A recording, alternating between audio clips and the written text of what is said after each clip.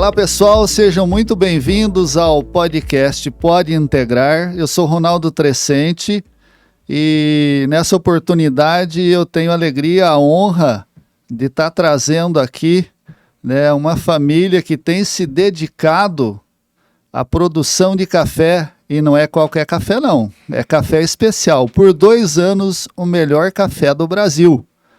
Aqui os amigos de Brasília, Carlos Coutinho e Carlos Coutinho Filho, né? Aqui é de pai para filho, né? E é uma coisa assim muito gostosa. Café é uma coisa familiar, né? Quem não tem aquela memória afetiva que lembra do café, eu, por exemplo, lembro. Depois eu vou contar um pouquinho, né? Mas eu não vim aqui para contar a minha história. Eu trouxe gente para contar a própria história. Então estou muito honrado, né, seu Carlos e Carlos Filho. Sim. Ou Carlos Júnior. Filho. Carlos Filho. Né, de estar trazendo vocês aqui, que eu tive a oportunidade de conhecer num evento, né, que vocês vão falar depois aí, que é uma coisa fantástica que vocês estão fazendo. Mas sejam muito bem-vindos aqui em estar vindo compartilhar uma experiência de vida de vocês. Estou muito feliz, até porque eu tenho café no DNA, sabe? Eu fui criado na região de São Paulo, interior, né? Teve a geada negra que acabou com o cafezal lá, mas a família continua insistindo, né? Persistindo na produção de café. Então, gratidão, estou muito feliz com a vinda de vocês para contar um pouco dessa saga de vocês, né? Como vocês estão produzindo, entraram para o café, estão produzindo um dos melhores cafés especiais do Brasil. Então, é com vocês. Bem, agradecemos a oportunidade de estar aqui, é uma satisfação enorme poder compartilhar essa nossa experiência. Certamente nós somos uma exceção, somos uns poucos paraibanos produzindo café nesse país. Não é bode, nem cabra, nem leite, nem queijo. E é uma satisfação enorme ter essa oportunidade de aparecer num canal,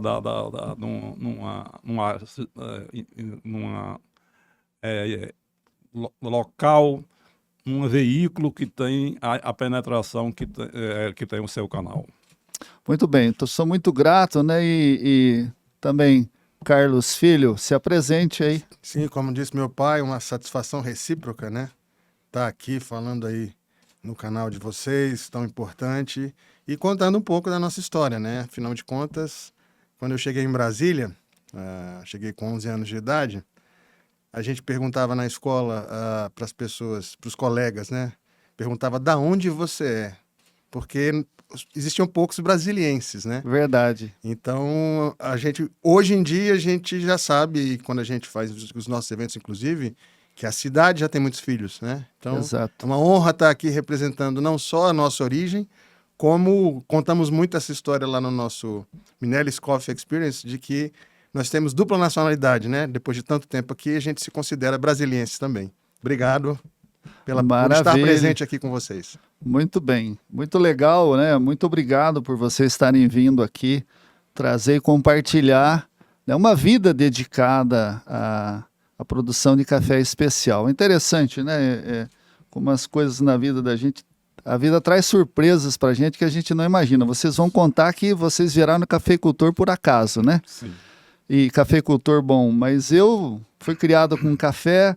Depois, quando eu vim fazer a pós-graduação, vim morar aqui há 42 anos atrás, após formado, fui fazer a pós-graduação na UNB e um dos trabalhos que eu fiz foi estudar o mercado de café.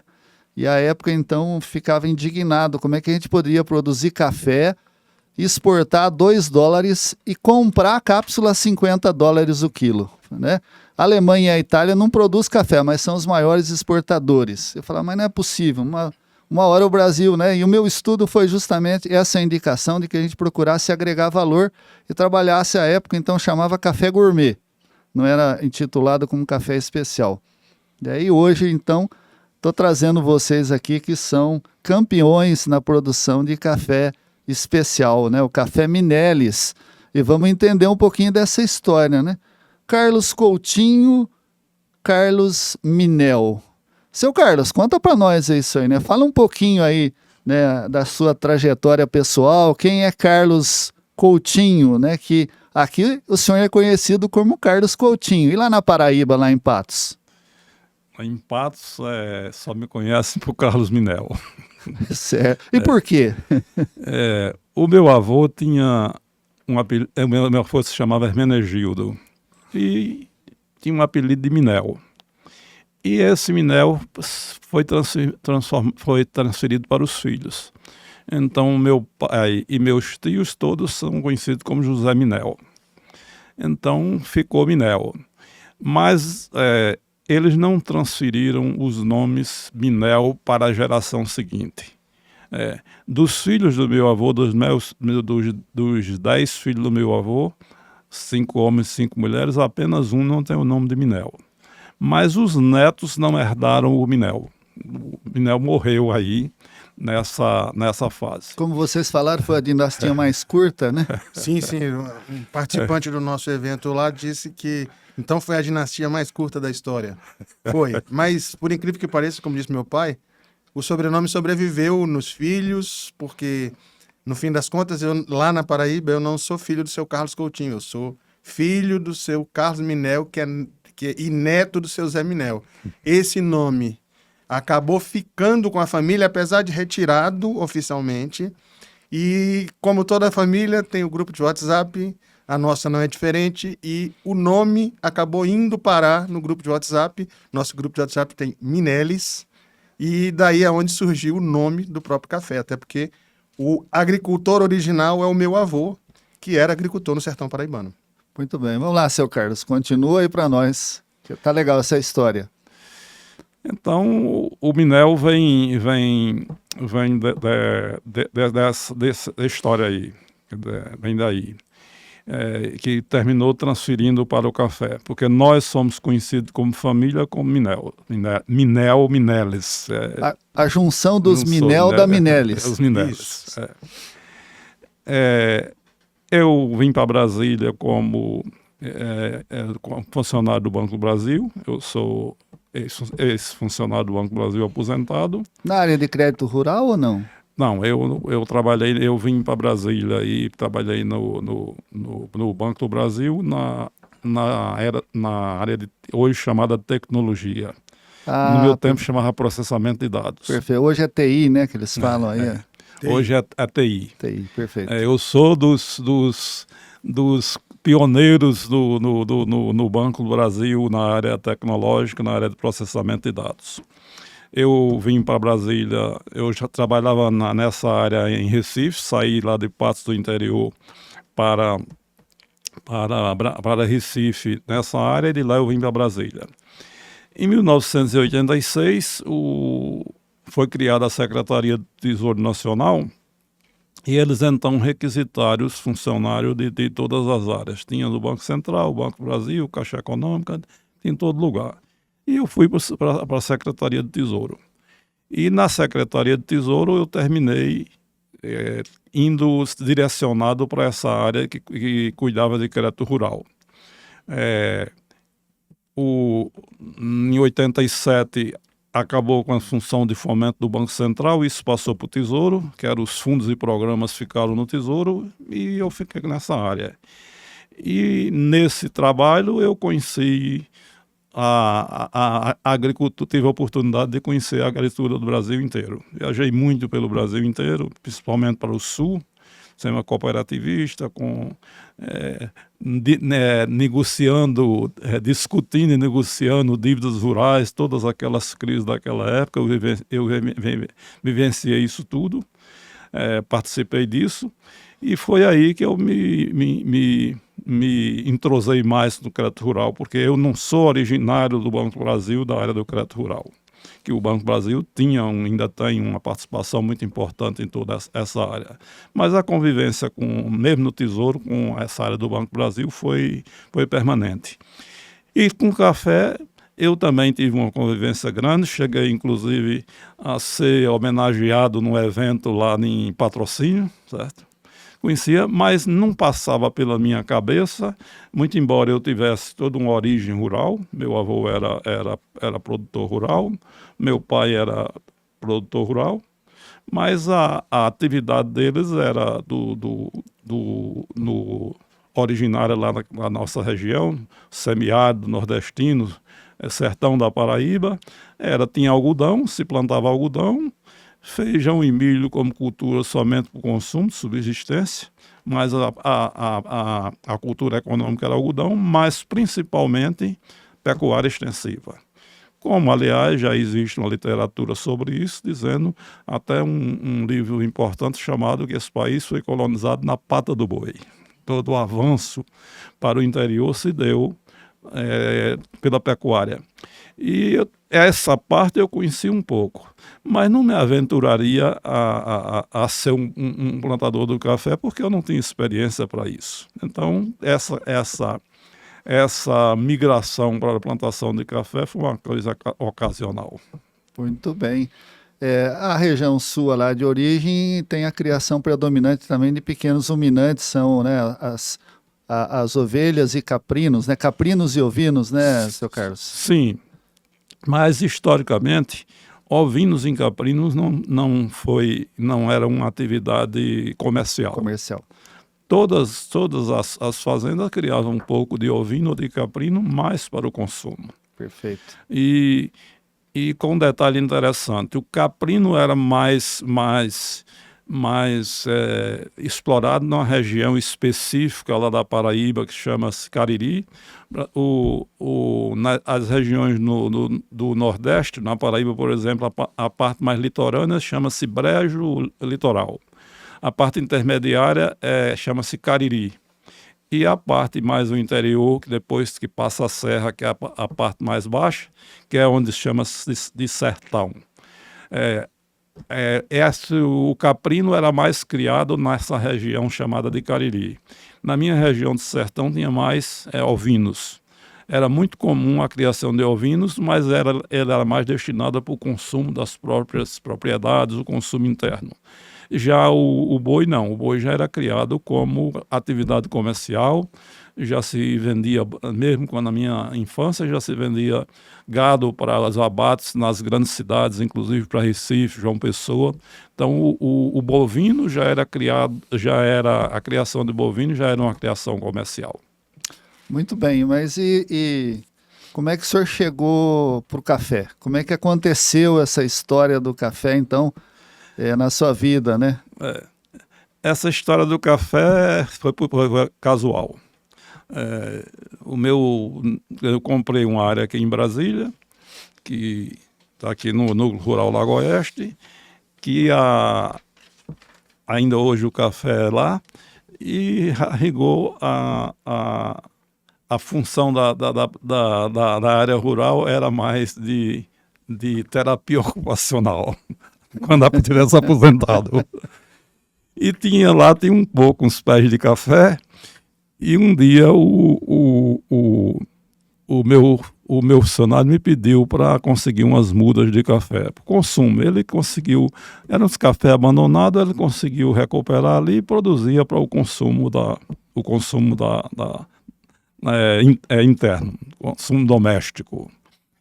Ele me pediu umas mudas e eu procurei, eu não vou comprar muda. E eu me lembrei, eu tinha muito contato, já tinha estado em Patrocínio, tinha muito contato com...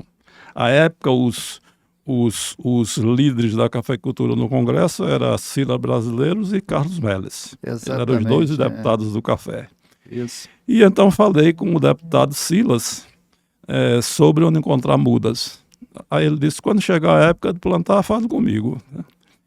E quando chegou a época do plantio, lá para o fim, isso era 2002, fim de 2002, eu liguei para a secretária e pedi o endereço do viveiro e tal.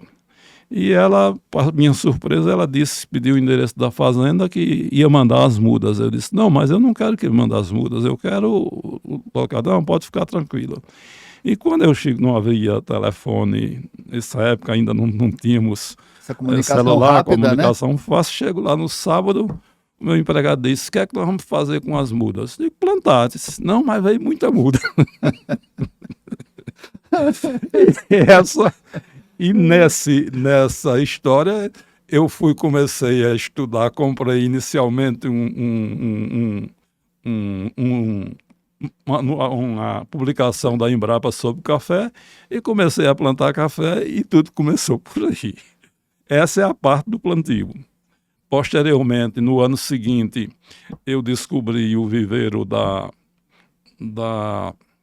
Sacomã, lá em Unai, Exato. que tinha um viveiro aqui na fazenda Pamplona, que é do grupo SLC, ele tem um viveiro ali, e eu consegui comprar mudas e fizemos inicialmente, no ano 2003, 2004, eu devo ter feito uns 2 hectares de café.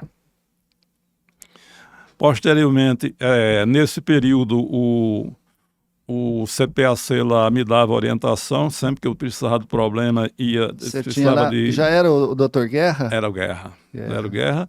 Mas um abraço para ele, né? Grande o Guerra estava contribuição. lá, mas meu contato era com o João Sampaio. O João Sampaio era que cuidava do café e o João Sampaio, inclusive, plantava um pouco de café por aqui, tem um grupozinho pequeno de plantador de café, não sei se continuou. E o João Sampaio me socorreu muitas vezes, sempre fui lá, sempre teve o melhor atendimento possível e me dava orientação. Posteriormente, eu consegui uma assistência técnica de um agrônomo que dava assistência lá em Unai, que ainda hoje dá por lá, chama-se Fernando Janini. É meu conterrâneo, um abraço para ele, sabia? Fernando Janini é meu conterrâneo. Filho do médico da cidade, o médico da família da cidade lá. Pois Janine foi quem me deu assistência, me deu orientação técnica durante o período inicial. Durante muitos anos foi ele como ele foi muito importante na cafeicultura de Unai. Foi ele que inicialmente que deu assistência para os produtores de Unai. E aí eu fui tomando gosto pela cafeicultura, fui aprendendo e fomos entrando no ciclo dos cafeicultores. Interessante, né? Eu estou aqui pensando, a cabeça da gente vai girando e pensa assim, que tem a ver, né? O senhor que era da região das cabras com café. O café foi descoberto pelas cabras, né? Claro. Lá na África, na Etiópia, né? As cabras ficavam... a lenda, sim. Né? Foi descoberto pelas cabras. E você falou isso para nós lá no Minelis Coffee Experience, né? Você conta essa história, vocês contam, né? Você, seu irmão, seu Carlos, e é muito legal, né? As cabritinhas comiam lá a folha do café, os grãos ficavam meio elétrica, né? Exatamente. E então, tá vendo como liga as coisas, né? Muito bem. E seu Carlos, como que vocês passaram a produzir café especial, né? Entrou aí com um abraço também para o Silas Brasileiro, né? Que é o nosso comandante aí no Conselho Nacional de Café, né? E a região lá produz café muito bom também, né? Bons cafés têm sido premiados lá, a região de Patos, Patrocínio. Como que vocês entraram na produção de café especial? Também essa é uma história interessante. Aí por volta, não me lembro o ano com certeza, deve ter sido entre 2008 e 2009. Que o Janine combinou comigo para levar uma amostra de café para um corretor lá de Unai. E eu fui, marquei o dia com ele, peguei a amostra de café e me dirigi a Unai. E fomos lá ao corretor. O corretor preparou, fez a experiência, bebeu, provou e disse, olha, bebeu mole. Até então, se falasse isso para mim, aí eu ia falar assim, tá brigando comigo, né? Exatamente. Bebeu mole. Bebeu mole. Aí ele disse,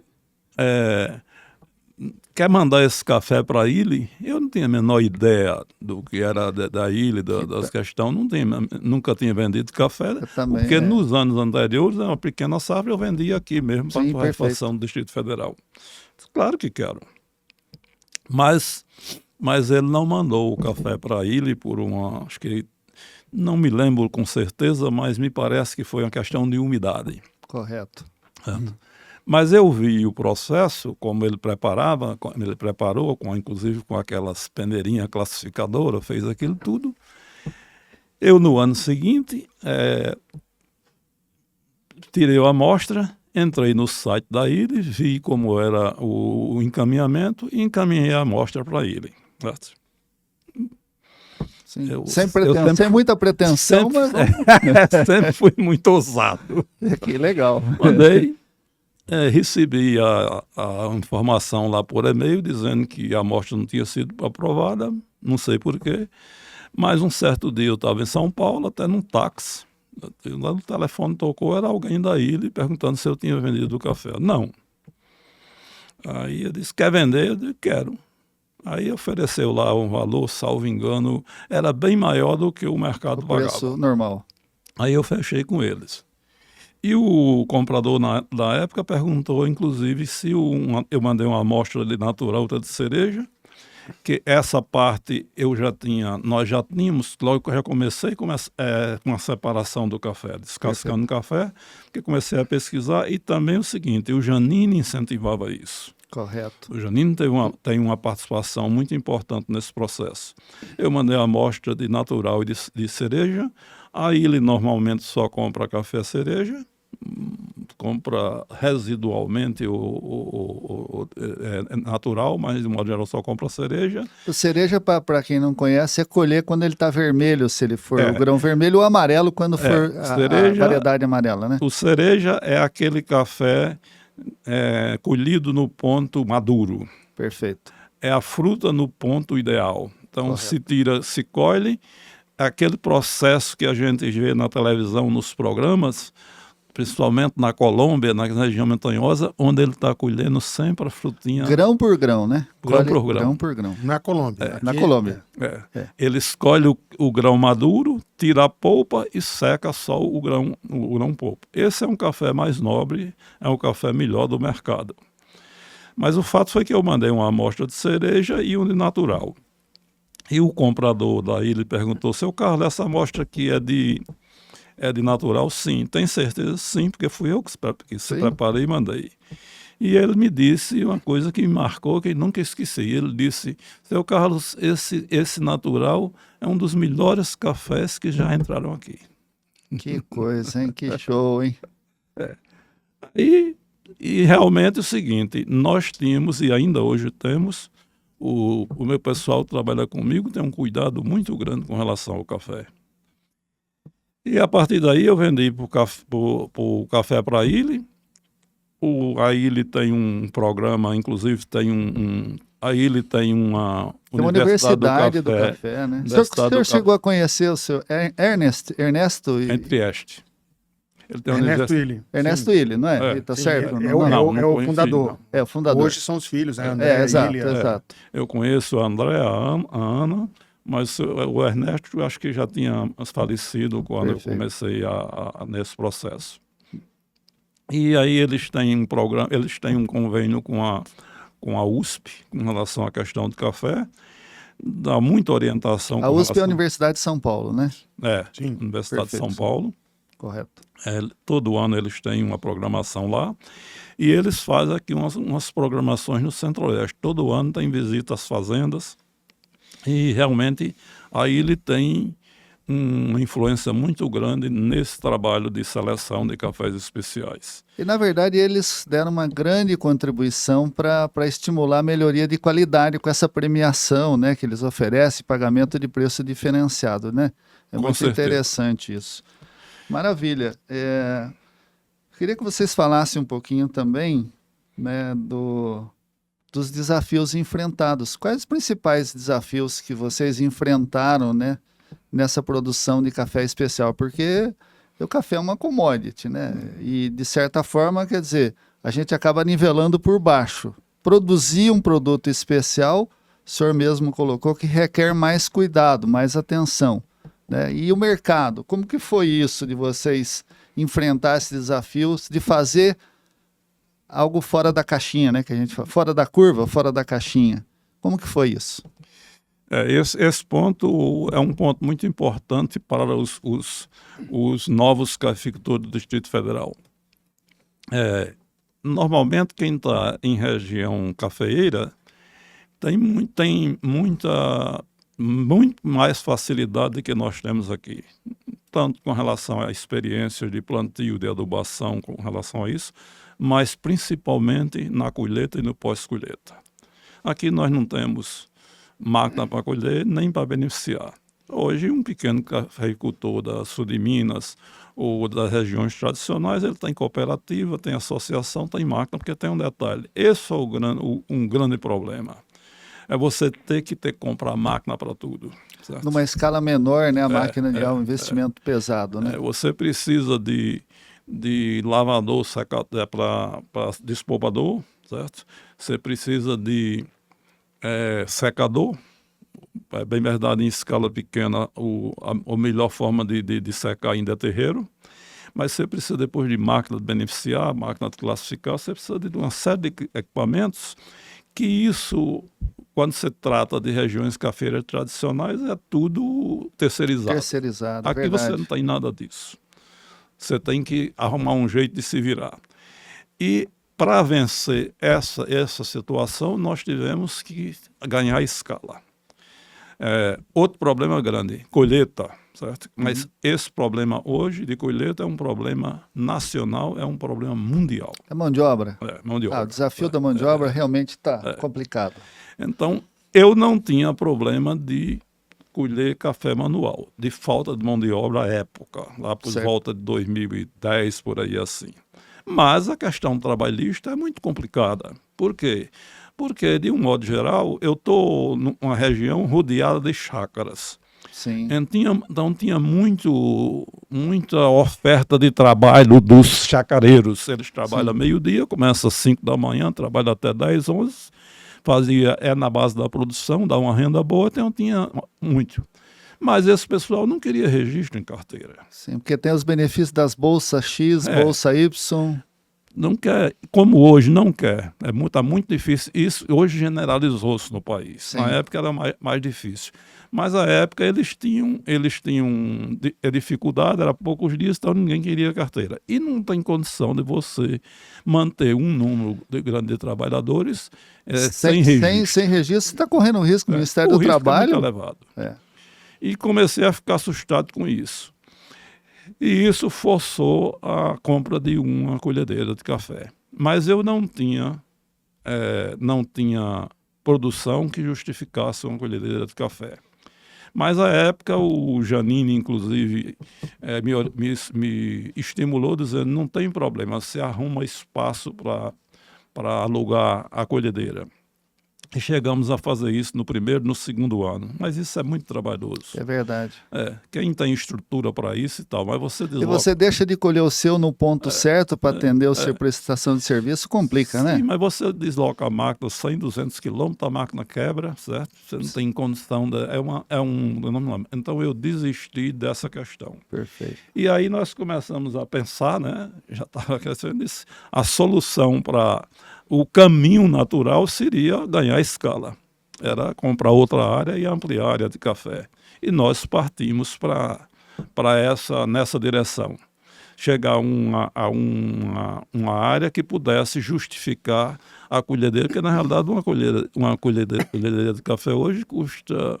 Hoje só tem a autopropelida na faixa de R$1 milhão. Perfeito. Uma colhedeira de café. É um investimento muito alto. E os pequenos hoje essa dificuldade de colheita é o maior problema no Brasil inteiro, nas regiões e principalmente nas regiões de pequenos produtores, porque os médios grandes conseguem fazer conseguem fazer a colheita mecanizada, mas pequena propriedade não tem, principalmente em áreas acidentadas, não tem condição de mecanizar. Tem colhendo o pano, né? Fica complicado. Né? Então é muito trabalhoso, isso tem uma dificuldade enorme, certo? Há uma matéria, recente, semana passada, tinha no Estadão, tinha uma matéria que era uma transcrição de um artigo do New York Times. E o jornal lá fez uma matéria sobre cafeicultura, uma matéria muito interessante, sobre Guatemala, Honduras. Depois o senhor compartilha com a gente põe o link né, na gravação aí para o pessoal acompanhar. Então, essa matéria, ele diz o seguinte, que do Honduras teve na última colheita, alguns produtores deixaram de colher 30% a 40% por falta de mão de obra. Então não é um privilégio nosso a falta de mão de obra. Hoje não é um problema só nosso. Muito bem. Só Pois não, complementando. claro, ótimo. Então, não sei se vocês viram o que ele descreveu, que os desafios são sempre os desafios do agronegócio brasileiro como um todo, né? Perfeito. Nós temos o desafio, no caso de Brasília, como meu pai citou, da falta de não ser uma tradicional região produtora de café. Sim. Então você tem uma dificuldade num agronegócio que depende muito de maquinário. Então levou muitos anos para a gente chegar na fase que chegamos. Tivemos também, em relação familiar, nós tivemos doenças. Meu pai enfrentou doença, minha mãe também. Então, como toda a família, como Sim. todo agronegócio brasileiro, nós temos as dificuldades legislativas, né? Meu pai comentou da dificuldade relativa à parte de contratação de mão de obra, e temos também a questão da questão de legislativa em relação a impostos, né? Então, a gente, na questão de transição de ICMS de um estado para o outro, tem sempre uma problemática que às vezes dificulta a venda do seu café, porque o comprador se acredita de ICMS, não consegue se desfazer. Então, existe toda essa problemática, acredito que para o agronegócio inteiro. E uma dificuldade que as pessoas que não convivem com o agronegócio normalmente não sabem é que nós estamos tratando de uma commodity onde oscila preço. Então, nós já tivemos anos de muita dificuldade de conseguir sustentar um negócio por conta do preço muito baixo. O café ficou quase congelado, né, Carlos? Isso, e a gente não tinha rentabilidade. Muitas pessoas devem ter desistido. Custo subindo de mão de obra, fertilizante, etc. E preço baixo. Até porque o mercado do café no mundo é um oligopólio. Você tem poucos compradores para uma grande quantidade de café. E esse preço permaneceu muitos anos muito baixo. Hoje ninguém reclamava, né? Quando o preço estava baixo para o produtor, ninguém reclamava. Agora está todo mundo esperneando com café. É por isso. Na verdade, o produtor ele sobrevive, os bons produtores, de tempos bons onde ele acumula um capital e tempos ruins onde ele precisa queimar capital. Então isso é normal dentro da atividade, mas é sempre uma dificuldade. Era só essa complementação, ou seja, somos como todo agricultor brasileiro, um grande guerreiro para produzir e alimentar o mundo. É verdade, muito bem, parabéns, né? Você colocou muito bem, eu vi recente, né? Na verdade, ontem, ouvindo uma entrevista do professor Roberto Rodrigues, do qual tenho a honra de ter trabalhado na equipe dele no Ministério da Agricultura, falando justamente, né, dessa dificuldade que o Brasil tem, né, e que eu lembro bem dessa situação que meu avô contava, né? Ele é imigrante italiano, veio plantar café no Brasil. O cracking da Bolsa de Nova York em 1929 quebrou os cafeicultores de São Paulo. A solução do Brasil foi o quê? Queimar café, né, para reduzir a oferta e estimular, voltar o preço, certo?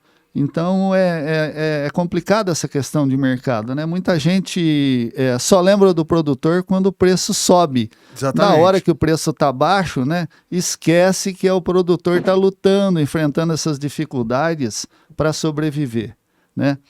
Mas então, agora eu vou sugerir que a gente faça uma paradinha aí para a gente respirar, tomar uma água e principalmente tomar um outro café desse que você trouxe para nós aí, né? Que nós já quase secamos, olha, tá quase vazio, né? Vamos ter que fazer outro aí. Vamos lá, com a sua gentileza, né? Tomar mais um café delicioso desse, que é um dos melhores cafés do Brasil. Pois não, seu Carlos? Eu só queria reforçar essa questão tributária, certo? Correto. Essa questão é muito complicada, certo? Hoje, de uns 3, 4 anos para cá, várias empresas, porque nós vendemos café basicamente para Minas, porque os exportadores estão em Minas. Várias empresas deixaram de comprar fora de Minas, não compram nem do Goiás, Distrito Federal. Não tem nem conversa. Por quê? Por causa da questão do ICMS. Então, a operação interestadual é tributada, ele ficaria com o crédito lá, mas ele diz o seguinte: eu não tenho que fazer com esse crédito, porque eu não tenho como compensar e o Estado do Minas não me devolve. Então, essa é uma questão que esperamos que a reforma tributária traga uma solução para isso, porque isso é muito sério. Hoje, esse é um problema também de soja, de milho, de outros produtos de outros estados. Exatamente, muito bem. Então, né, eu gostaria de lembrar que esse trabalho conta com o apoio da Gefoscal, que é um fertilizante mineral misto, que é mais nutriente, inclusive, né, que eu acho que vai contribuir muito para o café também, porque na cana em São Paulo ele está aumentando o grau Brix da cana, aumentando a TR, que é o açúcar, né, e é um produto selo IBD, e eu acho que vai melhorar aí a qualidade do café de vocês, né. A gente volta já. Você sabia que a chave para colheitas abundantes está no cuidado nutricional das plantas? Com décadas de experiência e um compromisso inabalável com a agricultura brasileira, estamos aqui para apoiar você, produtor. Com um projeto de expansão contínua, realizamos mais que um salto em números, um salto em nossa capacidade de contribuir de maneira substancial para a agricultura nacional. E é nesse espírito de parceria e dedicação que apresentamos nosso produto, o fertilizante Gefoscal. Eficiência máxima no aproveitamento de nutrientes com distribuição uniforme e fonte de silício. Nosso compromisso é transformar potencial em prosperidade. Escolha Gefoscal e impulsione suas colheitas. Olá pessoal, dando continuidade aqui ao nosso bate-papo sobre café, né, que está muito saboroso. E eu vou lembrar aí da memória afetiva, né? O mercado de café ganhou um grande reforço com a pandemia, né? Todo mundo se redescobriu aí buscando alternativas, buscando fazer seu próprio café, fazer a sua comida, né? Porque todo mundo estava enjoando aí de comida pronta do fast food, né? Mas eu queria agora retomar a nossa conversa aqui, seu Carlos e Carlos Filho. Como que foi a virada de chave de vocês para o café regenerativo? Já há alguns anos, nós já vínhamos discutindo e tentando fazer essa mudança. E aí ele já levantou essa questão há uns 8, 10 anos atrás. A primeira vez, inclusive, que eu ouvi falar em agricultura regenerativa foi o André Aile lá na USP, num evento lá na USP. Ele colocou. Aí ele tem uma grande preocupação. Hoje as empresas, todas as grandes empresas do mundo a gente têm vê isso, né? com isso, É verdade. Isso está na cabeça. E nós começamos a estudar isso e a colocar essas questões e hoje... E depois de um tempo eu descobri que era economicamente muito melhor. Porque na realidade o café é uma cultura que tem um custo, um percentual de custo muito elevado em fertilizantes e defensivos. Perfeito. Manejo de pragas, doenças. De praga é muito complicado, somente aqui no Centro-Oeste. E nós vimos estudando isso e conseguimos ir reduzindo o consumo de inseticidas, e isso foi muito bom. Tem problemas, certo? Teve ano que foi um desastre, certo? Sim. Você vem com um controle biológico, razoável, mas chega um determinado... Porque o maior problema do café na nossa região é o período agosto, setembro, outubro. E que praga, doutor Carlos? É o bicho mineiro. Bicho mineiro. Disparado é o pior deles. A broca tem um efeito, traz um prejuízo grande. A broca é difícil de controlar já nessa fase adiantada, mas hoje com controle sanitário preventivo de colheita do chão, de coisa, você já melhora consideravelmente.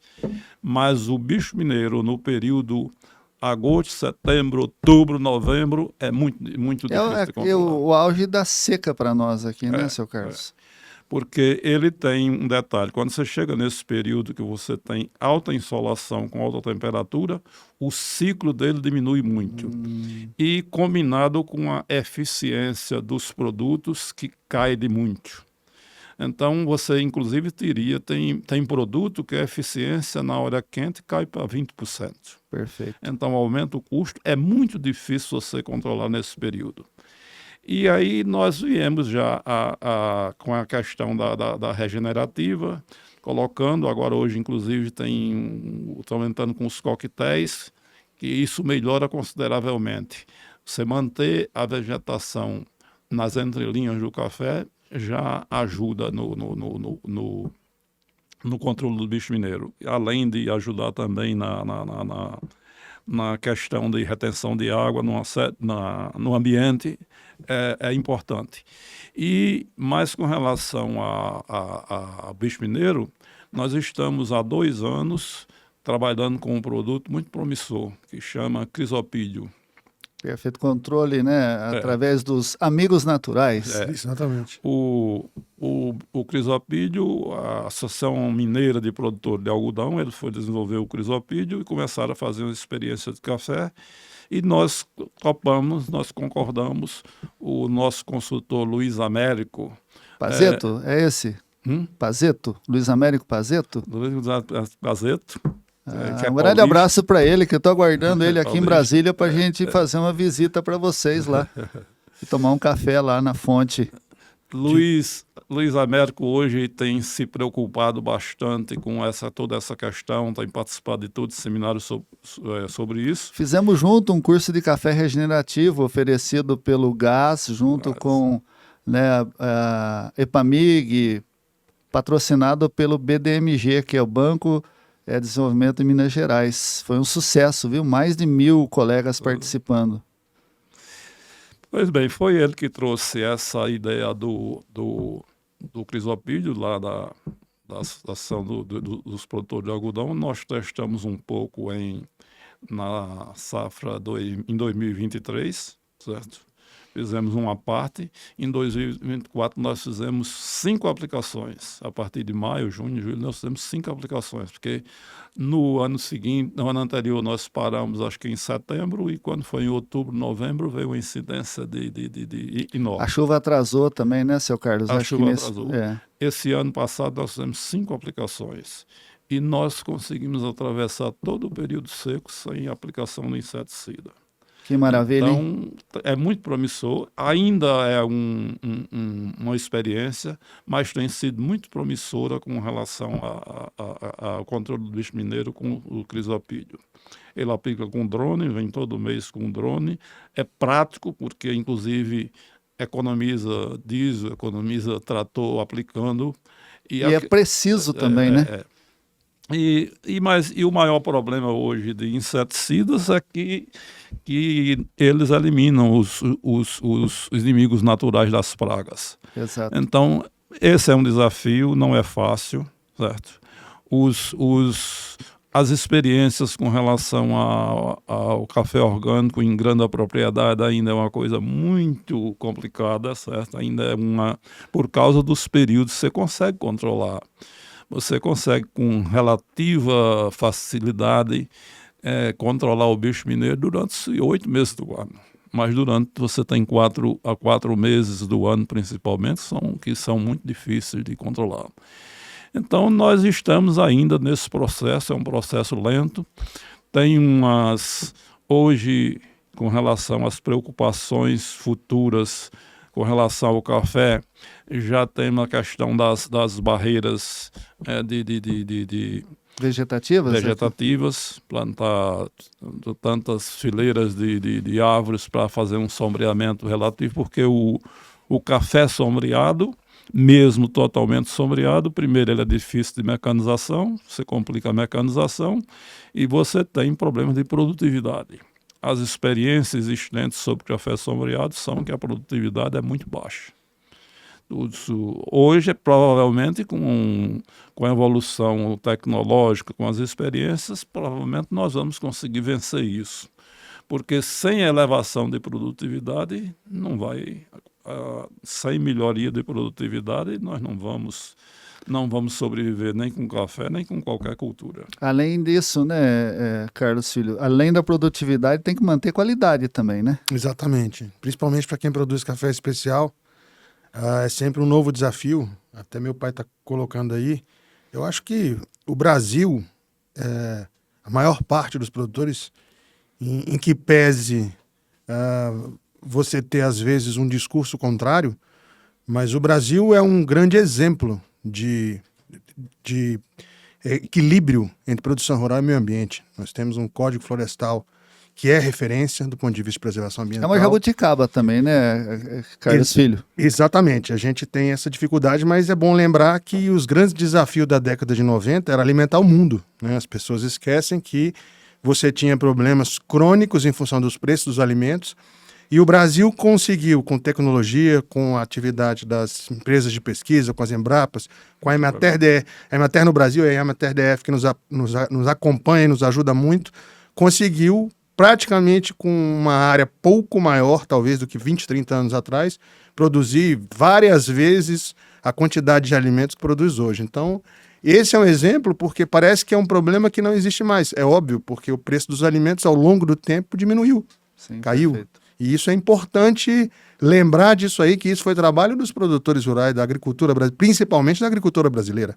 Exatamente. E vai aí uma homenagem ao nosso saudoso e querido Alisson Paulinelli, né? Junto com Eliseu Alves, Cirne Lima, tantos aí que contribuíram na nossa agricultura baseada em ciência, a nossa Embrapa, mas não só a Embrapa, IAC, né, IAPAR, tanto EPAMIG, né, que tem ajudado Todos muito. esses centros, inclusive meu pai, a gente tem essa colocação de que há 30, 40 anos atrás o Cerrado não produzia nada, né? Roberto Rodrigues fala que era terra de fazer longe. Exatamente. Então, tudo isso é trabalho de pesquisa, trabalho de desenvolvimento. Então, hoje você tem boa parte da produção brasileira em cima do Cerrado. Nem herdado, nem comprado, né? Exatamente. Isso aqui, Cerrado não valia nada, mas muito legal.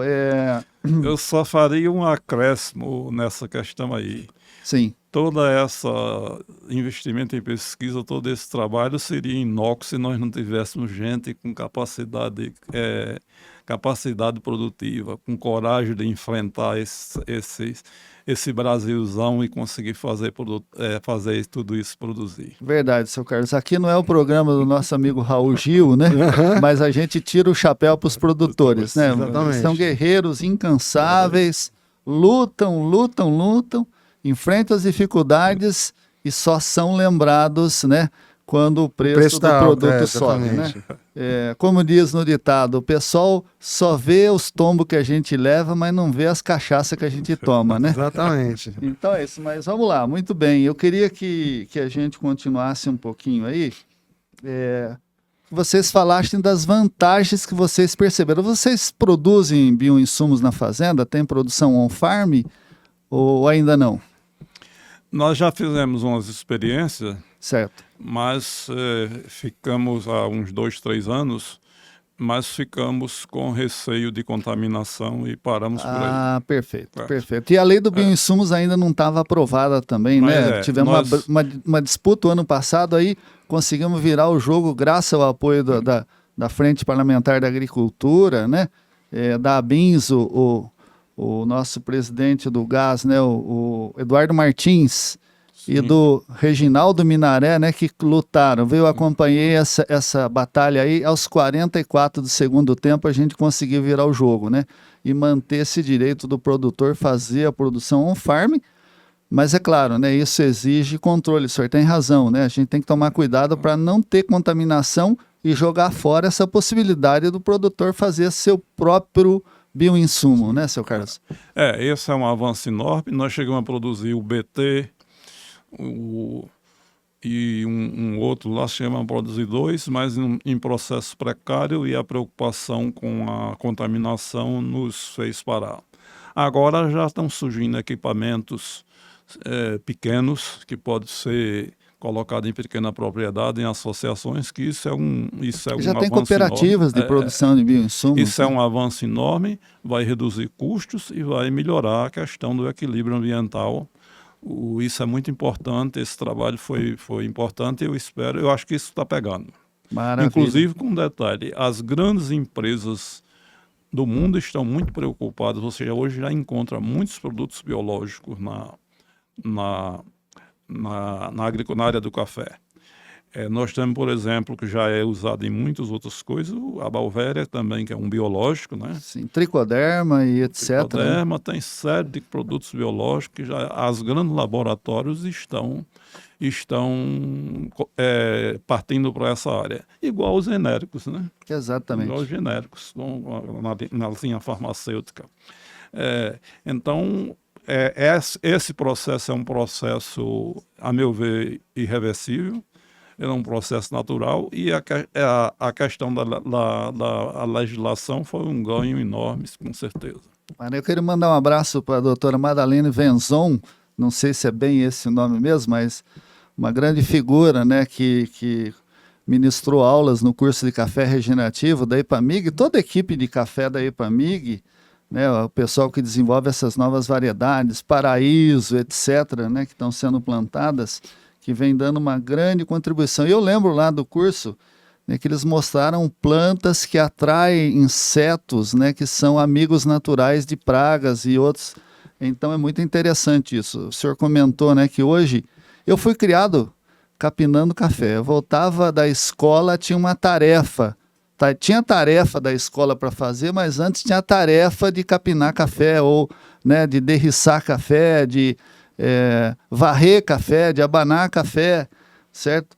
E então, né, hoje essas plantas, né, estão ajudando muito esse entendimento, né, de que a gente capinava e deixava a entrelinha do café no limpo. Aí vinha aquela chuva pesada de verão, a erosão levava embora toda a terra e disseminava nematóide, né? Hoje a gente, felizmente, tem uma outra visão mais sustentável e, felizmente, isso está evoluindo no Brasil. Agora eu queria que vocês falassem um pouquinho como é que é a produção de café na Fazenda Novo Horizonte. Né? Como é que é assim, o dia a dia, como é que vocês fazem? O senhor já comentou, né, que faz a colheita. Como é que é esse dia a dia que a gente viu lá na visita, né, no Minelli's Experience? Minelli's Coffee Experience. Vou treinar o inglês ainda, né, para falar esse trem aí, sabe?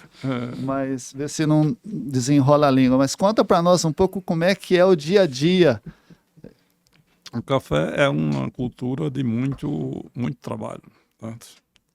É muito trabalhosa. Não é, por exemplo, como uma cultura de soja, milho, de algodão, que é tudo mecanizado. Você tem muitas tarefas que são a tarefa algumas tarefas do café, mesmo com mecanização, não dispensa. Acabam sendo manuais. Não dessa mão de obra, certo?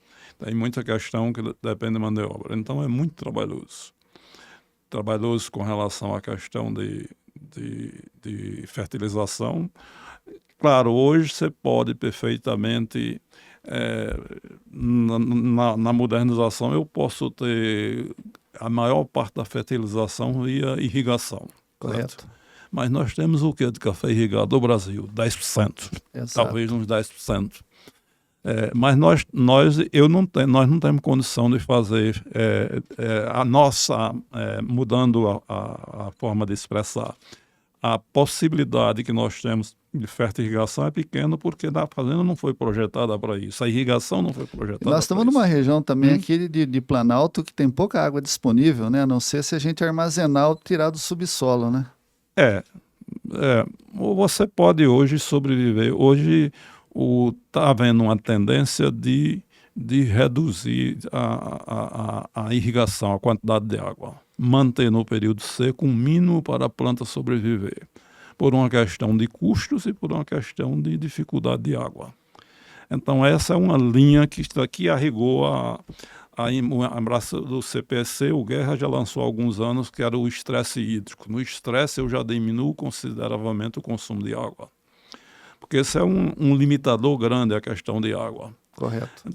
A irrigação por gotejamento já reduz, mas mesmo assim ainda é um limite grande. Então todas essas tarefas demandam muita mão de obra. Então o café você não vai conseguir ter uma relação como tem soja, um trabalhador para cada, vamos supor, 100 hectares na soja. No café vai ser um para cada 10, 20 hectares no máximo, com toda a mecanização possível, você tem toda essa trabalheira. E evidentemente que isso é uma situação complicada. Essa é uma questão que complicada, não, que encarece. Sim, e que eleva o custo, né? O café. Porque a atividade de agrícola no mundo inteiro está ficando difícil, porque na realidade a rentabilidade na agricultura é bem menor do que é em qualquer outro setor. Consequentemente... O risco maior e a receita, né, a rentabilidade menor.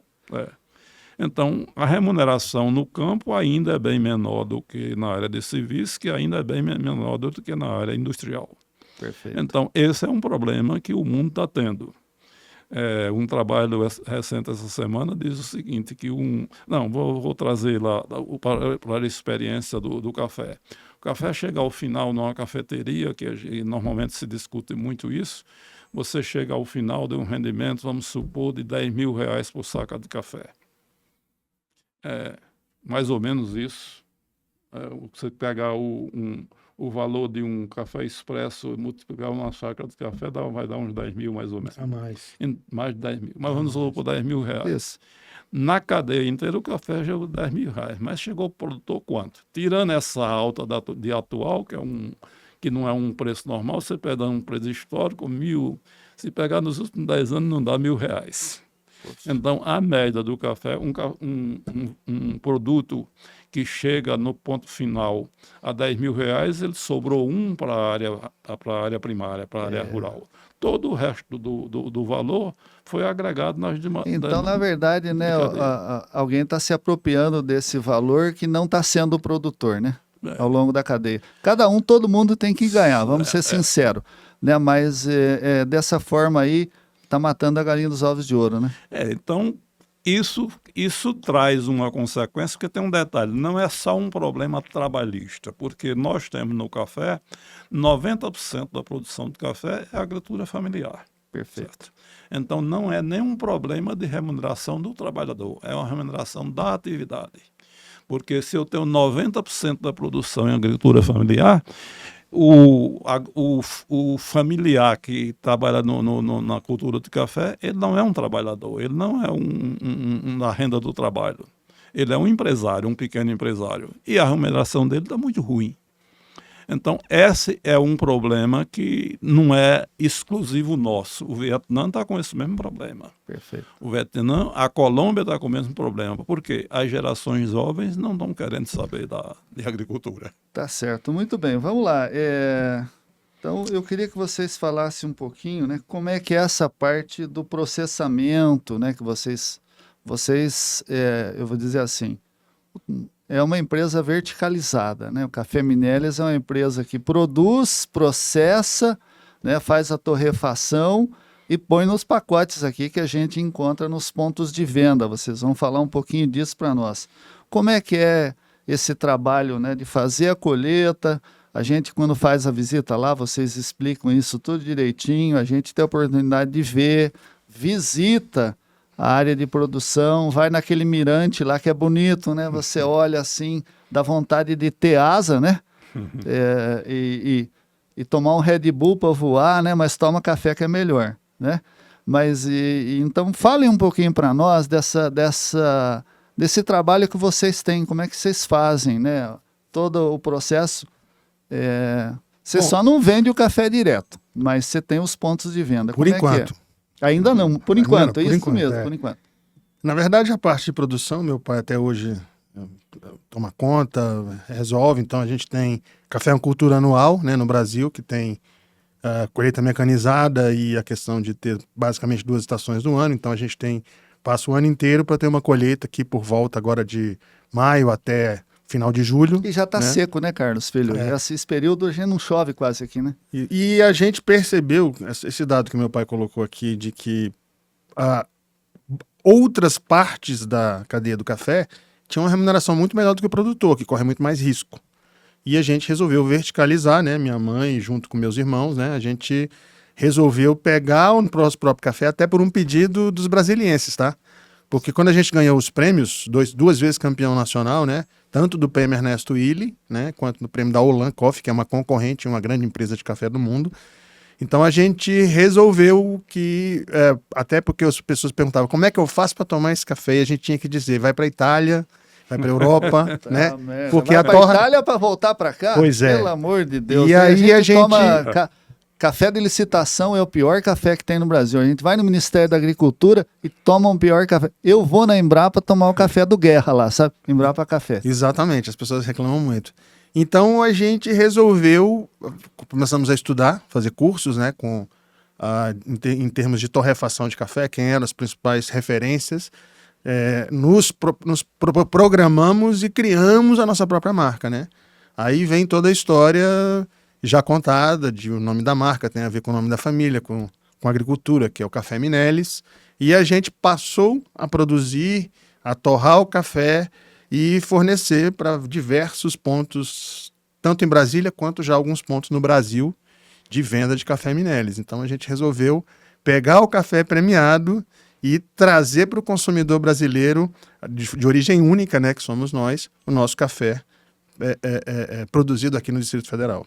Maravilha, parabéns. Isso deu a oportunidade de você agregar o valor ao seu produto e não passar essa margem para outro, né, para terceiros. Isso. Mas é desafiador, não é, Carlos? É desafiador. A gente, inclusive, quer entender toda a cadeia, porque até mesmo a nova geração, né? Eu tenho uma sobrinha que tem uma pequena cafeteria, inclusive já adotando o nome nosso, Café Minelis, né? Cafeteria Minelis, e que já está na outro pedaço da cadeia. Então a gente já ocupa aí a produção, a torrefação e a venda para o consumidor. Tanto na cafeteria, como a gente, como torrefação, também tem a venda direta através do nosso site, né? Então conta para nós agora, né? Eu quero em público agradecer a gentileza que vocês fizeram comigo, né? Recentemente vocês me presentearam e eu transferi o presente para o doutor Eliseu Alves, certo? Nós tivemos uma visita lá e você me cedeu o café e a gente foi visitá-lo lá junto com o pessoal de uma iniciativa fantástica, né? Um abraço para a Letícia Jacinto, que é a presidente de Olho no Material Escolar, certo? E a Guiomar, a esposa do seu Eliseu, Heloísa, junto com o José Eustáquio, economista do IPEA, e a gente chegamos lá, o café já estava lá. Falei, então peraí, né? Vamos tomar logo desse café aqui, que eu sei que é bom, né? Eu já fui chegando fazendo propaganda. E foi uma maravilha. Então, muito obrigado. Eu gostaria que você falasse, né, o endereço dessa cafeteria Minelis na Asa Sul, né? Vamos prestigiar. Asa Norte. Asa Norte? Fica... Ah, perdão. Fica ali no setor hospitalar norte. Existe um centro gastronômico ali que chama Bosque. E aí tem diversos restaurantes e tudo. E a cafeteria lá é da minha sobrinha, Sara, né? E tá a cafeteria Minelis. E aí fica ali, vamos dizer, perto do Hospital Santa Helena, ali no norte. Sei. 316 norte. 116 norte, aproximadamente. 316 ali. Então o nome é Bosque, lá tá a cafeteria. E lá as pessoas podem tomar o cafezinho, né? Além de comprar os grãos ou moer para levar se quiser. Maravilha, mas eu também recentemente estava passeando com a esposa num shopping, né, em Taguatinga, e eu tive a oportunidade de ver exposto lá, né, num ponto de venda. Então fiquei feliz, tirei foto, mandei para vocês, né? Sim. Compartilhando, isso é muito bom. Eu fico muito feliz quando vejo, né, que um produto brasilense, né? Genuinamente brasilense. E vamos diferenciar aqui, hein? Não é candango. Candango é quem veio para a construção de Brasília, né? Meu sogro é pioneiro aqui, né? E veio para a construção. E eu fazia confusão, sabe? Né? Até que o pessoal me corrigiu. Falou, não, peraí. Né? Quem nasce aqui em Brasília é brasilense. Tá? Candango é quem veio para ajudar a construir. Né? E então, fiquei feliz, né, que vocês têm aí, né, aquele conceito de produto, né? Promoção, ponto de venda, etc. Mas lembrando da questão da qualidade, né, Carlos? Sim. A gente tem sempre um controle muito grande nessa questão de qualidade, até porque café é especial. É especial exatamente por isso, né? Existe toda uma seleção dos melhores grãos, vamos dizer assim, e uma retirada, né? Pelo menos a gente tenta retirar ao máximo eventuais defeitos que tenham, né? Maquinário, através de maquinário. Então você tem aí um café de extrema qualidade para ser servido e para ser vendido para as pessoas. Então, eu vou pedir daqui a pouco que você dê uma dica para o pessoal como é que prepara um bom café. Porque se a gente pegar um café especial como o de vocês, super premiado, né, e preparar como um café comum, a gente vai estar jogando fora um produto de qualidade, né? Então, eu acho assim, eu brinco sempre que o diamante tem que ser lapidado e colocado no anel da princesa, né? Se a Exatamente. gente deixar ele bruto, não vale nada. Mas eu queria que vocês falassem um pouquinho dos prêmios. Tá aqui, ó, né? Sim. Como é que é? Conta para nós essa história aí rapidinho dos prêmios. Como é que foi? Como meu pai colocou, né? Ele se tornou um cafeicultor por acaso e, de repente, começou a fornecer para ele. E aí a gente agradece também a ele, né? Porque boa parte da melhoria que nós tivemos em relação a processos veio de muito estudo e muita participação em eventos da ILE. E primeiro a gente forneceu, como contou meu pai, depois foi sugerido que nós participássemos do concurso da ILE. E tudo foi uma construção, né? Ou seja, foi um aprimoramento o tempo inteiro de melhoria de qualidade, adaptação de processo, e aí a gente conquistou, primeiramente, várias vezes no prêmio da ILE você tem as regiões, você pode ser premiado na região ou nacionalmente, ou seja, o melhor do Brasil. Então, primeiro, antes de sermos o melhor do Brasil, fomos várias vezes, 3 vezes o melhor café do Centro-Oeste, e em 2019 culminou com esse prêmio maravilhoso, né, que a ILE promove no Brasil. Na verdade, ela promove hoje com 11 países, né? Então ela premia vários produtores de 11 países produtores de onde ela compra café. O do Brasil é o mais antigo. Talvez, eu não sei exatamente que edição nós estamos, mas na edição 30ª alguma coisa edição. E para vocês terem uma ideia, eu acho que são 36 edições. O prêmio Uma Xícara Dourada, está lá na Fazenda, né? Esse aqui é o comemorativo do quadro. E esse prêmio aí, essas xícaras douradas têm 36 premiações entregues, né? E são 35 xícaras em Minas Gerais, a única fora é nossa, né? Então, a gente está dando trabalho aí para os mineiros, né? Isso. E 2 anos depois, né, a gente ganhou o prêmio também de uma grande empresa, da Olan Coffee, acho que conhecida hoje como OFF, que também é uma grande compradora de cafés especiais. E da mesma forma, estávamos ali entre os 20, 30 melhores, e era nós e um monte de mineiro, gente do Espírito Santo e da Bahia. Então, a nossa história se resume a melhorar sempre, né? Eu acho que toda empresa, todo produtor que ama o que faz, está sempre tentando melhorar, tanto do ponto de vista de produção, de repente é só voltado para commodity, mas quer fazer bem feito, e quem quer trabalhar com qualidade como nós também estamos sempre preocupados com essas questões e de ganhar prêmios, né, que é importante, e promover Brasília, né? Eu acho que a ideia, o Ronaldo colocou muito bem aqui, a visitação que nós temos no evento, né, na Fazenda. Isso. Fala um pouquinho dela para nós, já está aqui para. Era a próxima pergunta, você já. É justamente isso, né? A gente tem toda uma história, né? Como muita gente tem uma história. E Brasília, como a gente já contou no início, né? A gente tem dupla nacionalidade. Eu cheguei aqui, eu tinha 11 anos, os meus irmãos também eram até mais novos, eu sou o mais velho. Já faz mais de 40 anos e a gente aprendeu a gostar dessa cidade, né? A gente foi adotado por ela. E Brasília é muito, vamos dizer assim, identificada somente com a questão de arquitetura e com a questão política. Então, Exato. O Brasil enxerga Brasília só nesse lado. Brasília não é só isso, essa é a questão, né? Brasília tem o entorno de Brasília, talvez mais de 2 milhões de habitantes. Então, Brasília tem rock, Brasília tem sertanejo, tem exposição agrícola, pecuária, tem tudo. Brasília tem vinho premiado. Nós vamos falar daqui a pouco. Então, Brasília é um lugar que se destacou, não só pelas questões tradicionais de ter sido a capital do Brasil, mas que hoje, vamos dizer assim, é exemplo, né? Exemplo de trabalho. Você tem aí indústrias, você tem aí comércio, você tem aí cafeterias, você tem vinhos, você tem... Brasília tem a maior concentração de doutores do Brasil, né? Está aqui. Por isso que o nosso agro é tão inovador. É tão inovador, exatamente. Então você... E tudo isso, aliado aos prêmios e o desejo das pessoas, a gente também recebe muita... O nosso negócio foi direcionado quando a gente enxergava a oportunidade das pessoas de eu quero conhecer, vocês não têm como conhecer. E aí a gente bolou toda essa visitação, fizemos experiências há uns 4 anos atrás, 5 anos atrás, e começamos a fazer, e hoje é um passeio que, graças a Deus, é um passeio que nós recebemos, inclusive, proporcionalmente muito mais estrangeiros do que até brasileiros, né? Então, isso se disseminou entre as embaixadas, isso se disseminou entre os países, porque tem países que gostam muito de café, e nós recebemos essas pessoas lá para contar um pouco da Isso história. está no site, por exemplo. Se eu quiser, Tá. eu já fui, né? Mas quem quiser participar, por exemplo, como é que faz? Tá no Olha site. só. Olha, inclusive as fotos do evento, né?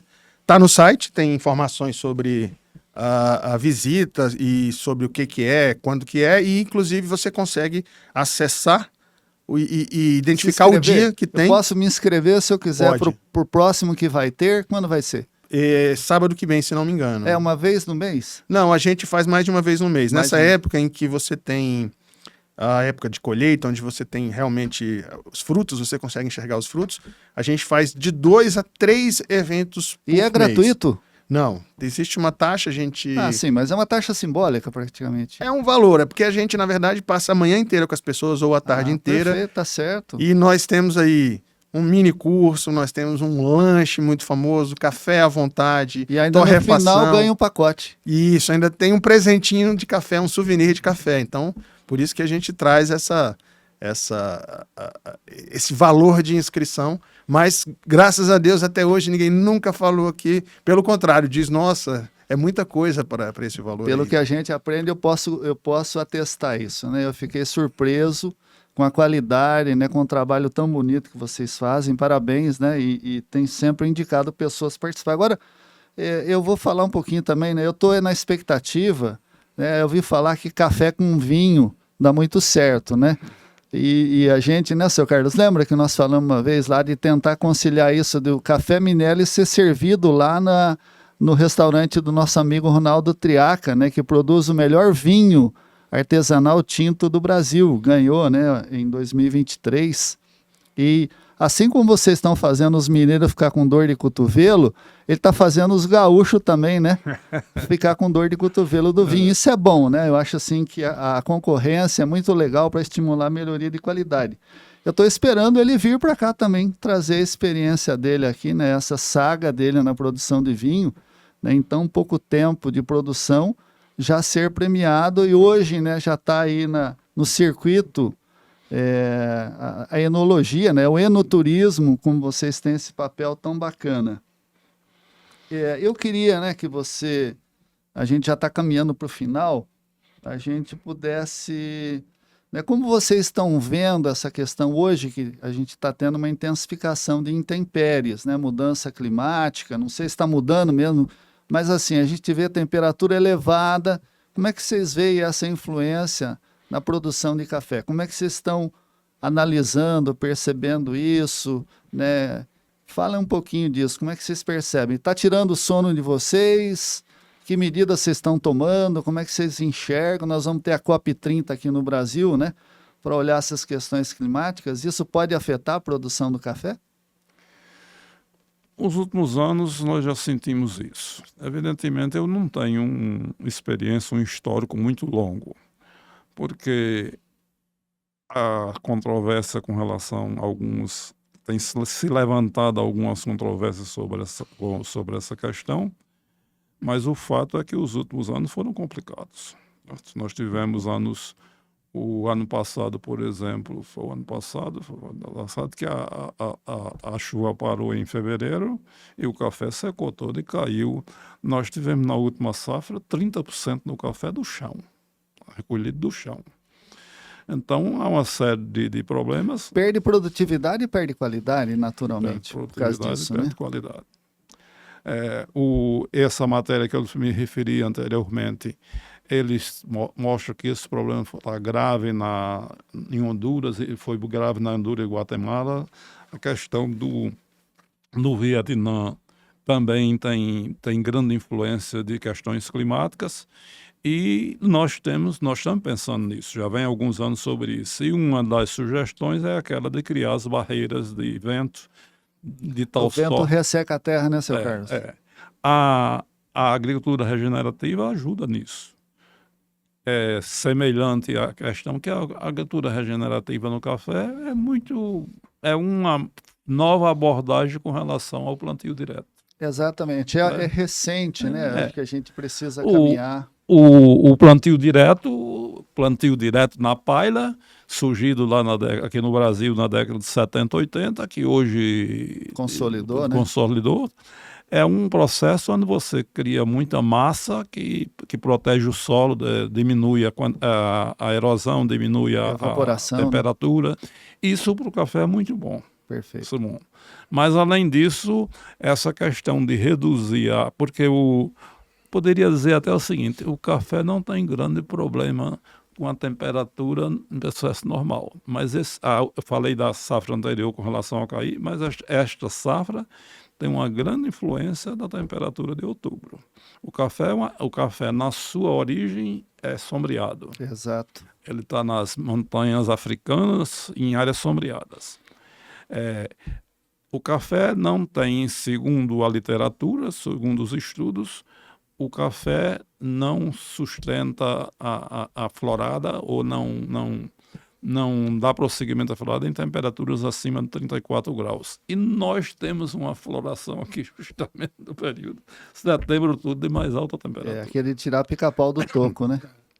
Então, isso aborta, você percebe claramente. O café que florou num período de temperatura 30 graus sustenta a carga. O que florou naquela semana que dá 34 graus, esquece. Eu estou vendo, seu Carlos, escaldadura também. Escaldadura nas folhas, né? Queimando por causa da temperatura e insolação elevada, né? Isso nos preocupa. Inclusive, né, esse produto que eu estou trabalhando, que é o G-Foscal, ele é rico em silício, e silício traz resiliência para as plantas. Sim. Então, a gente está trabalhando também na cadeia do café, né, além de cana, citros, grãos, pastagem, floresta, mas é interessante, né? A gente tem uma expectativa muito grande, porque eu gravei com um professor aqui, 3 professores, né, que são fisiologistas, e o último dele, o professor Paulo Figueiredo, está estudando muito a cana, mas também o professor Gaspar, e eles falaram muito dessa questão do que a gente pode fazer no manejo da fertilidade, no manejo da cultura que o senhor já está falando, né? Essa agricultura regenerativa que pode ajudar as plantas a melhorar essa resiliência a intempéries e a resistência ou tolerância a pragas e doenças. Mas, só acrescentando, é sempre um desafio, e eu acho que aí o papel das empresas que, vamos dizer assim, pesquisam, como a própria questão do silício, os pesquisadores, as empresas de pesquisa, porque, no fundo, o planeta tem, considerando a ciência, alguns bilhões de anos. Exatamente. Nesses bilhões de anos, houve várias mudanças climáticas, de gelo para aquecimento, de volta para gelo, para aquecimento. E, no fim das contas, os dados que nós temos hoje para essa análise, considerando que o planeta tem bilhões de anos, são dados muito curtos, né? Então, Perfeito. A gente tem um intervalo aí de análise para definir futuro de talvez algumas centenas de anos, né? De que você mede temperatura, mede essas coisas. Então, talvez ainda esteja por se descobrir muita coisa, né? E o planeta nunca parou de mudar, ou seja, as mudanças nunca pararam. As causas e as consequências é o que nós tentamos entender e amenizar. Exatamente. E nós não estamos afirmando aqui que está tendo, né, aquecimento global nem mudança climática. A gente está percebendo, né, alterações, né, do que era o nosso normal, né? Exatamente. Exatamente. Muito bem, mas a gente vai caminhando para o fim. Antes daquele conselho, né, de como a gente prepara um bom café, eu queria que vocês falassem como é que é a expectativa de vocês em relação ao aumento do consumo no café no Brasil e no mundo. Como é que vocês estão enxergando isso? Bom,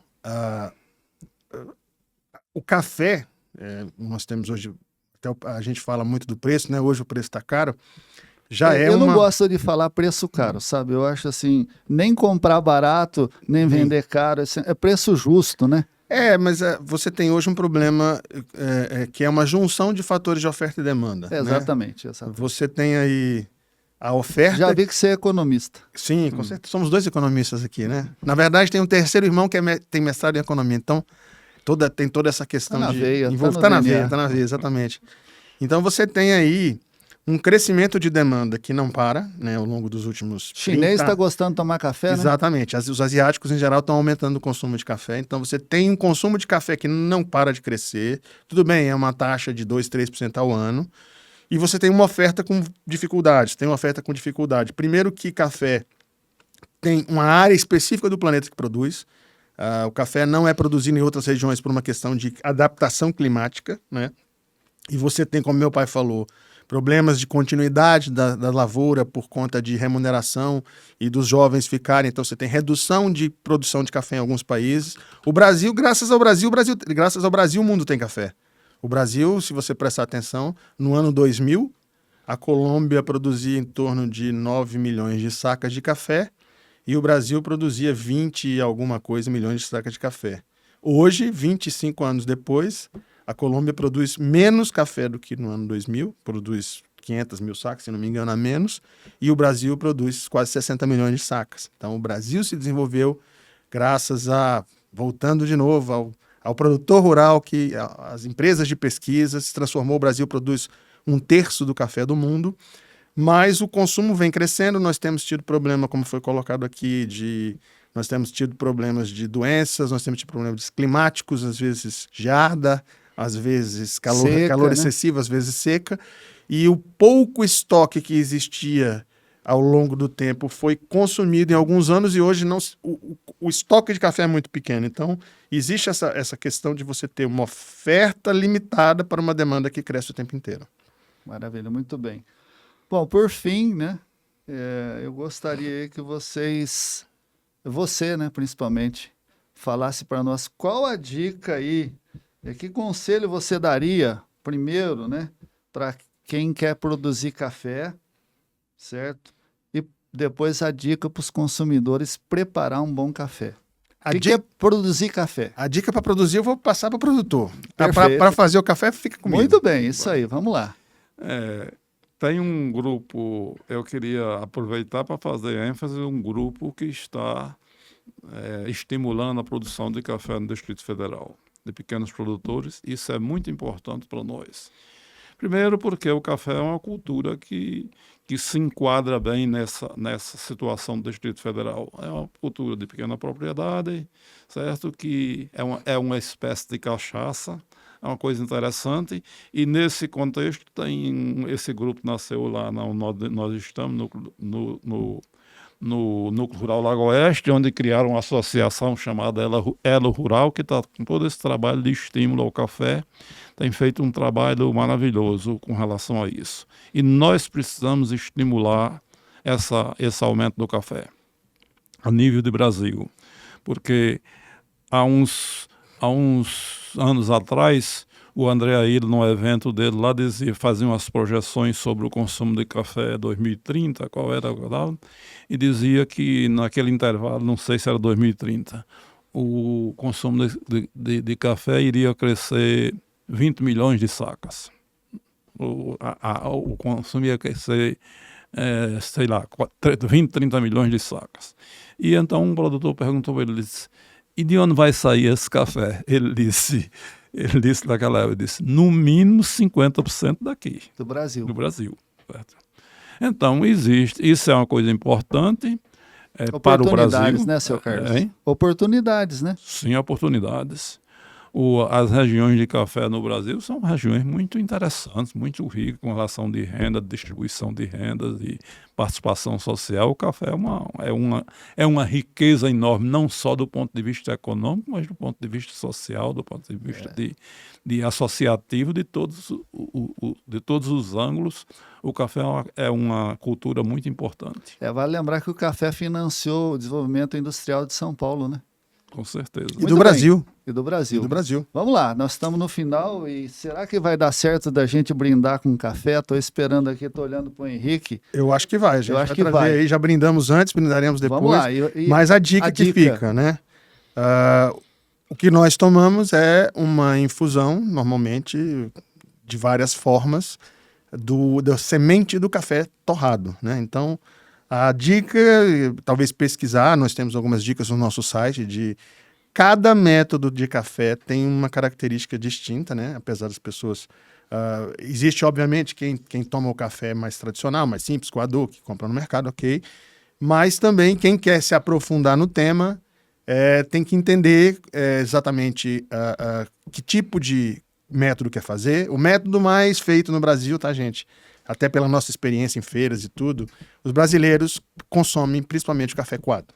Então, talvez 85%, 90% dos cafés que as pessoas fazem em casa, talvez 90% seja coado. Então, a dica para quem quer fazer um bom coado, né? Que seja um Melita da vida, que seja um coador de pano, que seja um Rario V60, que é um equipamento um pouquinho diferente, comprar o café em grão, né?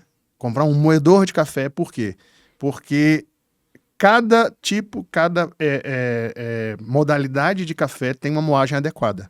Então, a moagem que você deveria utilizar para fazer um coado deveria ser o que nós chamamos de uma moagem média, né?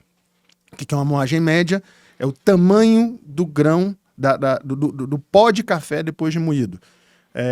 Normalmente essa moagem média ela vai se assemelhar. As pessoas perguntam, como é que eu vou saber? Óbvio que tem no mercado vários moedores, mas vai se assemelhar depois de moído a algo parecido com um grão de açúcar cristal, né? Então é um grão um pouquinho mais grossinho do que um pó de café. E aí você vai ter, especialmente em bons cafés, você vai ter a redução do amargor. Se você afinar demais o café, ele amarga, ele demora a passar no pano. Então, ou passar no pano, ou passar no filtro. Então, você tem aí um limite de 3, 4 minutos para que a quantidade de café que você faz passe para dentro. Pode ferver a água? Não pode, né? A água não pode estar em ponto de fervura. Eu aprendi lá. O ideal é que você faça o café, ou seja, que ele passe no pó de café com algo em torno de 93 graus, né? Em Brasília, um pouco mais, 94 graus. Uma dica prática, assim, é quando ele está formando aquelas bolhas antes de levantar a fervura? Pode ser. O ideal é que hoje em dia você tem muitos daquelas chaleiras elétricas com um próprio termômetro em cima, né? Perfeito. Mas a gente sabe que a água ferve a 100 graus. Então, um pouco antes de ferver, ele vai estar perto de quase 100 graus, 95 graus. Então, o ideal é que na hora que você estiver passando a água do café, ele não esteja mais fervendo. Então, perfeito. Talvez um pouco menos, alguns segundos depois de ferver, deixar a água não estar em ebulição, seja uma temperatura boa para passar o café. Se eu botar açúcar, eu estrago o gosto do café ou não? Existe esse mito aí, a gente não briga com o consumidor que gosta de pôr o café no açúcar, mas a gente lembra que um bom café, ou seja, um bom café tendo uma nota que a gente chama de um café especial, não é para precisar de açúcar, normalmente ele é doce, né? Obviamente, se você tem um café que não tem uma nota especial, tem um preço um pouco mais, às vezes é difícil tomar ele mesmo. Porque... Perfeito. Quem manda é a demanda, mas é que nem vinho, né? É que nem vinho. Que nem vinho. Um tinto seco, você vai apreciar melhor o sabor do vinho do que um doce, um suave. Exatamente. E aí é isso. O café, normalmente de pior qualidade, não tem tanta doçura, vai ressaltar alguns aspectos e, vamos dizer assim, o jeito de tomar ele é botar açúcar. Então... Maravilha. Eu quero dar um abraço aqui para o Mustefaga, né, que é o companheiro do Henrique, que tem um podcast específico sobre café. Um abraço para ele. Um abraço. Fala, seu Carlos. Eu lembraria que esse é um dos desafios para nós do Brasil. O nosso consumo de café especial é muito baixo. Mais de 90% do café especial produzido no Brasil é exportado.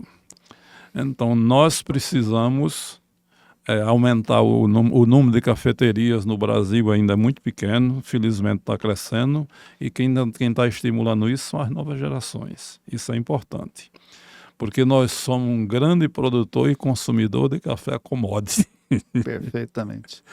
Maravilha, nada melhor do que a gente fechar, né, a nossa conversa aqui, que o tempo correu, nem vi, ó.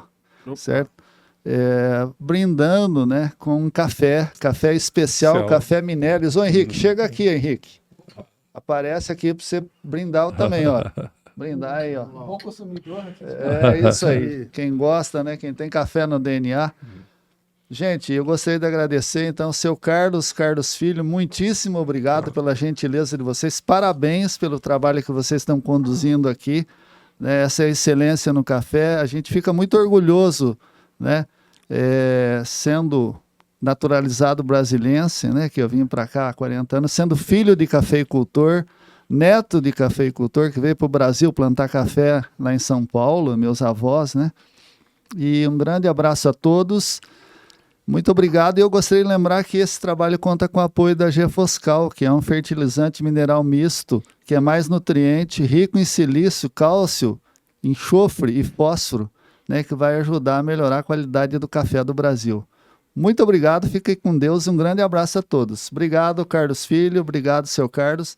E dá um tchau aí pro pessoal tomando Obrigado. um café. Obrigado pela a todos, oportunidade. igualmente aí a nossa honra em participar aqui do programa sobre café e de poder contribuir para a disseminação do café e dessa cultura tão importante. Obrigado. Uma cultura, né, brasileira, tá no sangue do brasileiro. Um abraço a todos, fiquem com Deus.